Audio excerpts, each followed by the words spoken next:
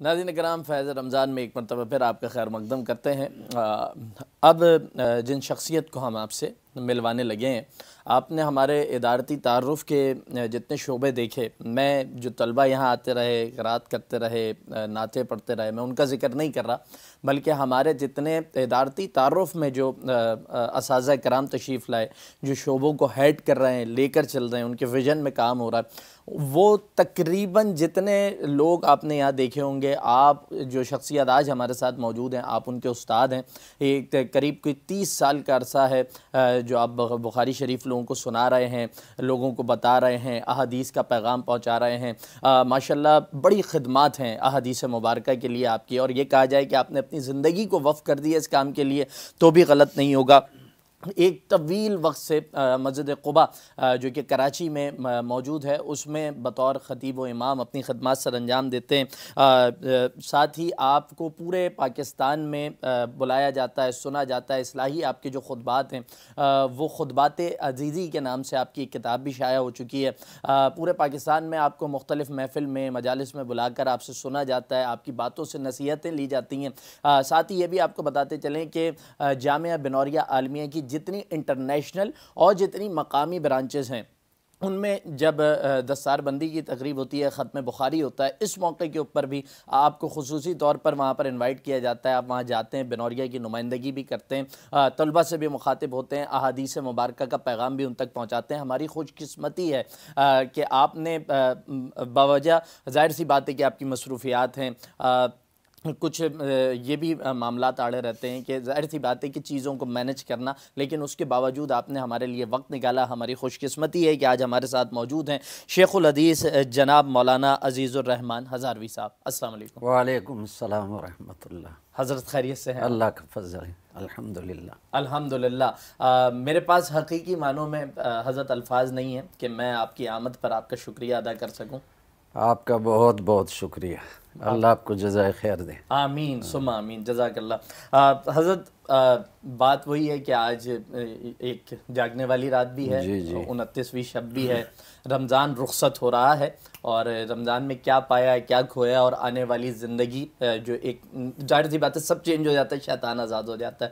ہم چاہتے ہیں کہ کچھ اصلاحی گفتگو آپ فرمائیے گا، بیان فرمائیے گا، ان تمام حوالوں سے انسان کیسے اپنے آپ کو لے کر چلے، کیا کرنا ہے، زندگی کیسے گزارنی ہے، حدیث کے ساتھ کیسے جڑنا ہے، ارشاد فرمائیے گا۔ نحمدہ ونصلی علی رسولہ الکریم، اما بعد۔ رمضان المبارک کا مہینہ اللہ تعالیٰ نے ہمیں عطا فرمایا، یہ اس کا بہت بڑا انعام اور احسان ہے۔ ابھی رمضان رخصت ہو رہا ہے اور اس کے آخری 1 دن اور 1 رات باقی ہیں، یا 2 دن اور 2 رات باقی ہیں، اور یہ قیمتی گھڑیاں ہیں۔ حدیث پاک میں آتا ہے کہ نبی کریم صلی اللہ علیہ وسلم نے ارشاد فرمایا کہ اللہ جل شانہ رمضان کے مہینے میں روزانہ افطاری کے وقت 10 لاکھ اپنے بندوں کی مغفرت فرماتے ہیں، اور پھر جو آخری دن ہوتا ہے رمضان کا، تو اس دن افطاری کے وقت اللہ اپنے اتنے بندوں کی مغفرت فرماتے ہیں جتنے بندوں کی پورے رمضان میں اللہ نے مغفرت فرمائی۔ تو اس اعتبار سے یہ آخری دن جو ہے یہ بہت قیمتی ہے، اور اس میں اللہ سے خوب معافی مانگنی چاہیے، اور خوب اعمال میں مصروف ہونا چاہیے۔ اور پھر آج کی جو رات ہے، یہ بھی ان طاق راتوں میں سے ہے جن کے اندر اللہ نے لیلۃ القدر کو مخفی رکھا ہے، اور یہ طاق راتیں، لیلۃ القدر والی راتیں، یہ گویا کہ اللہ کے دربار میں رحم کی اپیل کرنے کی راتیں ہیں۔ اگر ایک آدمی نے رمضان کے مہینے میں سستی کی، اعمال میں کمی کوتاہی ہوئی، تو اللہ نے لیلۃ القدر کی رات عطا فرمائی تاکہ اس رات میں بندہ رحم کی اپیل کرے، اور اللہ ارحم الراحمین ہے، بہت رحم کرنے والا ہے۔ اللہ اپنے بندے کو مایوس نہیں کرتا، اس لیے ہمیں اپنے گناہوں سے توبہ بھی کرنی چاہیے، اللہ سے معافی مانگنی چاہیے۔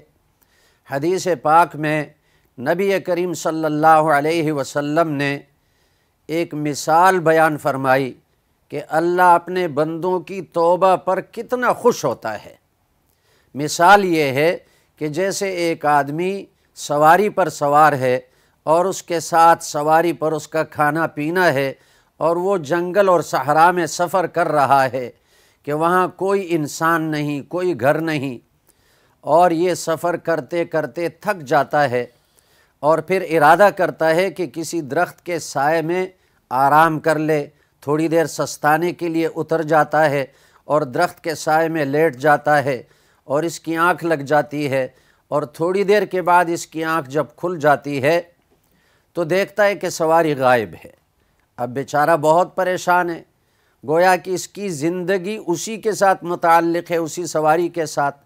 سواری کو تلاش کرتے کرتے تھک جاتا ہے، بھوک اور پیاس سے نڈال ہو جاتا ہے، تو بالآخر یہ سوچتا ہے کہ اب تو مجھے مرنا ہی ہے، لہٰذا جس درخت کے سائے کے نیچے میں سستانے کے لیے تھوڑی دیر لیٹا رہا، اسی درخت کے سائے کے نیچے اب مرنے کے لیے لیٹ جاؤں گا۔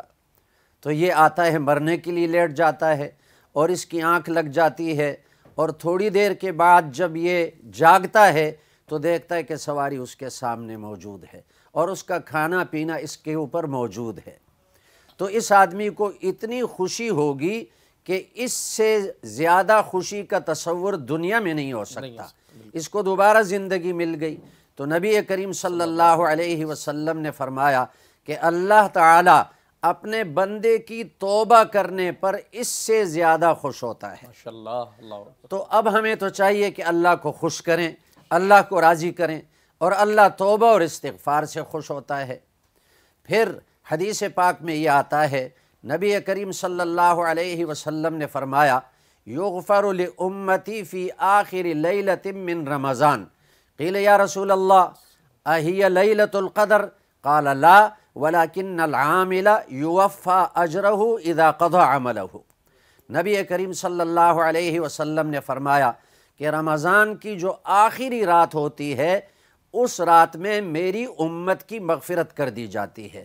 جنہوں نے اس رمضان میں محنت کی، اللہ کی بندگی کی، اللہ کی عبادت کی، تو آخری رات میں ان کی مغفرت ہو جاتی ہے۔ تو صحابہ نے پوچھا، یا رسول اللہ کیا یہ آخری رات لیلۃ القدر کی رات ہے؟ تو نبی کریم صلی اللہ علیہ وسلم نے فرمایا، ایسا نہیں، بلکہ جو مزدور ہوتا ہے وہ جب اپنا کام مکمل کر لیتا ہے تو اس کے بعد اس کو اجرت ملتی ہے۔ اس لیے یہ آخری راتیں ضائع کرنے کی نہیں، یہ اجرت حاصل کرنے کی راتیں ہیں، اور اس میں جو ہے نا ہمیں اپنے اللہ سے اپنے اعمال کا بدلہ، مغفرت اور اجر لینے کی رات ہے۔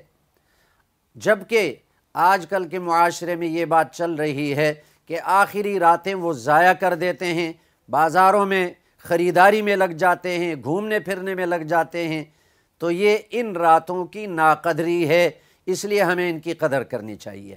پھر جو چاند رات ہے، عید الفطر کی رات، اس رات کا نام آسمانوں میں لیلۃ الجائزہ ہے، انعام والی رات، اس لیے وہ رات بھی قیمتی ہے، وہ رات بھی ہمیں ضائع نہیں کرنی چاہیے۔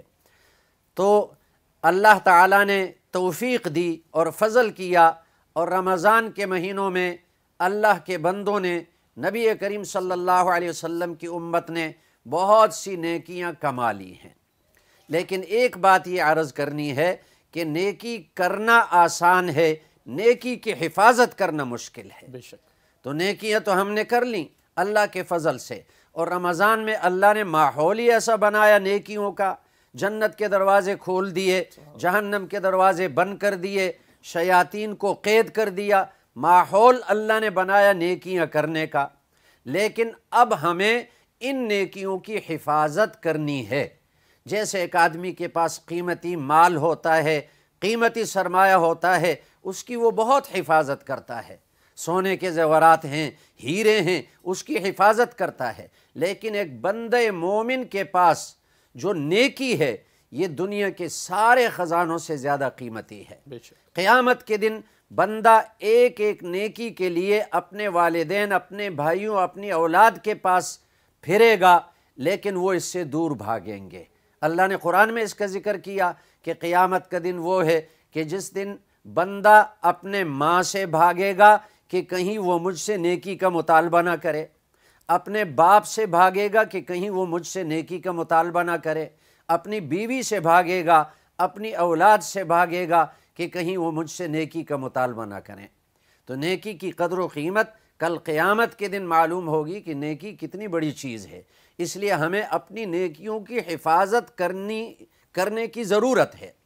اور نیکیاں ضائع کس چیز سے ہوتی ہیں؟ دوسرے مسلمانوں کی دل آزاری اور زبان کے غلط استعمال کرنے سے نیکیاں ضائع ہوتی ہیں۔ اس لیے رمضان کے بعد بھی ہمیں احتیاط سے زندگی گزارنے کی ضرورت ہے، اور اس بات کی ضرورت ہے کہ ہم سے کسی مسلمان کی دل آزاری نہ ہو، اور ہماری زبان سے جو ہے نا کسی مسلمان کو تکلیف نہ پہنچے۔ ایک حدیث میں آتا ہے، نبی کریم صلی اللہ علیہ وسلم نے ارشاد فرمایا کہ کیا تم جانتے ہو کہ مفلس کون ہے، غریب کون ہے؟ صحابہ نے عرض کیا رسول اللہ، مفلس وہ ہے جس کے پاس درہم اور دینار نہ ہو، روپیہ اور پیسہ نہ ہو۔ نبی کریم صلی اللہ علیہ وسلم نے فرمایا کہ میں تمہیں حقیقی مفلس بتاتا ہوں۔ حقیقی مفلس وہ ہے جو دنیا میں بہت سی نیکیاں کما کر لے آیا، محشر کے میدان میں نیکیوں کا ڈھیر لگا ہوا ہے، لیکن دنیا میں اس نے کسی کو گالی دی، کسی کی غیبت کی، کسی پر تہمت لگائی، کسی کا حق دبایا اور کسی پر ظلم کیا۔ وہ لوگ آئیں گے اللہ کے پاس اور عرض کریں گے پروردگار، اس شخص کے پاس تو بہت سی نیکیاں ہیں اور شاید یہ جنت میں چلا جائے، لیکن اس پر تو ہمارے حقوق ہیں، یہ ہمارا مقروض ہے۔ تو قیامت کے دن مال و دولت نہیں ہوگی اور پیسہ نہیں ہوگا، نیکیوں کا تبادلہ ہوگا۔ اللہ تعالیٰ ان بندوں سے فرمائے گا کہ تمہارے جتنے حقوق اس کے ذمے ہیں، ان حقوق کے بدلے میں تم ان کی نیکیاں اٹھا کر لے جاتے رہو۔ چنانچہ وہ نیکی لے جائیں گے اور نیکیاں ختم ہو جائیں گی، اور حقوق والے پھر بھی باقی رہیں گے۔ وہ کہیں گے اللہ ہمارا کیا بنے گا؟ تو اللہ فرمائے گا کہ تم اپنے گناہ اپنے حقوق کے بقدر لا کر اس کے پاس جمع کرو۔ چنانچہ نیکیاں ختم ہو گئیں اور گناہوں کا ڈھیر لگ گیا، اور دوسروں کے گناہ لے کر یہ شخص جہنم میں جائے گا۔ تو نبی کریم صلی اللہ علیہ وسلم نے یہ سمجھا دیا کہ حقیقتاً غریب اور مفلس یہ ہے جس نے اپنی نیکیاں ضائع کر دی۔ اس لیے کمایا تو بہت کچھ ہے رمضان کے مہینے میں، لیکن ہم ان نیکیوں کی حفاظت کریں، یہ بہت زیادہ ضروری ہے، اور ان نیکیوں کو ضائع ہونے سے بچائیں۔ اور یہ جو دن باقی ہیں اور جو راتیں باقی ہیں، اس میں اللہ کی طرف خوب متوجہ ہوں، استغفار کریں، توبہ کریں اپنے گناہوں سے، اور اللہ تعالیٰ سے یہ اس بات کی دعا بھی مانگیں کہ اللہ جن اعمال کی تو نے ہمیں رمضان کے مہینے میں توفیق دی، بعد میں بھی ساری زندگی ان اعمال کی ہمیں توفیق دے دے اور ہمیں استقامت ان پر نصیب فرما دے۔ آمین۔ جزاک اللہ، بہت شکریہ مولانا صاحب، آپ نے جو ساری حضرت گفتگو فرمائی، پیغام وہی ہے کہ ان جو بھی کچھ کیا ہے، جو بھی کچھ کمایا ہے، اس کو ضائع نہ ہونے دیا جائے، اور رمضان کے بعد یہ سلسلہ اسی طرح چلتا رہے۔ اللہ رب العالمین ہم سب کو عمل کرنے کی توفیق عطا فرمائے۔ بہت شکر گزار ہیں مولانا عزیز الرحمان ہزاروی صاحب کہ آپ تشریف لائے۔ جزاک اللہ، جزاک اللہ، آپ نے ہمارے لیے وقت نکالا، ہم بے حد ممنون ہیں۔ ناظرین کرام، حضرت قبلہ مولانا عزیز الرحمان ہزاروی صاحب آپ سے مخاطب تھے، اور یقیناً ایک ایک بات وہ خزانہ ہے کہ جسے سمجھنے کا اور جسے دل میں سمانے کی ضرورت ہے۔ ان نصیحتوں کو پا لیا جائے، سمجھ لیا جائے اور اس کے مطابق زندگی کو ڈھال لیا جائے تو انشاءاللہ دنیا اور آخرت میں اللہ کی رحمتیں آپ کی منتظر ہوں گی۔